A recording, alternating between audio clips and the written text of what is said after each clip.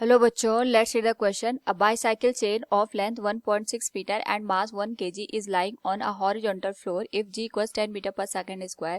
The work done in lifting it with one end touching the floor and the other end 1.6 meter above the floor is.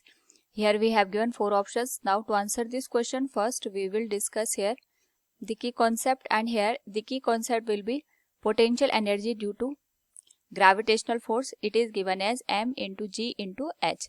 Now question के according हमारे पास यहाँ पे एक bicycle की chain है जिसको हमने यहाँ पे 1.6 मीटर की इसकी लेंथ दे रखी है और इसका जो मास है ये 1 kg के बराबर है. इसको हमने फ्लोर पे हॉरिजॉन्टली इस तरीके से प्लेस कर रखा है.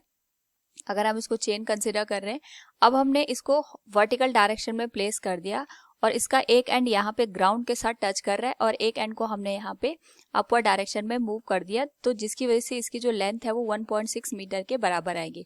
नाउ जो यहाँ पे ग्रेविटेशनल फोर्स काम करेगा वो इसके मिड पॉइंट पे यहाँ पे काम करेगा and it will be given as m into G. क्योंकि हमारे पास यहाँ पे जो इसका सेंटर ऑफ मास है ये पूरी लेंथ के मिड पॉइंट पे है, तो यहाँ पे अगर हम बात करें कि जो हमारे पास ग्रेविटेशनल फोर्स होगा ये इसके जस्ट मिड पॉइंट पे काम करेगा, तो इस पर्टिकुलर केस में हमारे पास जो पोटेंशियल एनर्जी की वैल्यू आएगी that will be mgh divided by 2.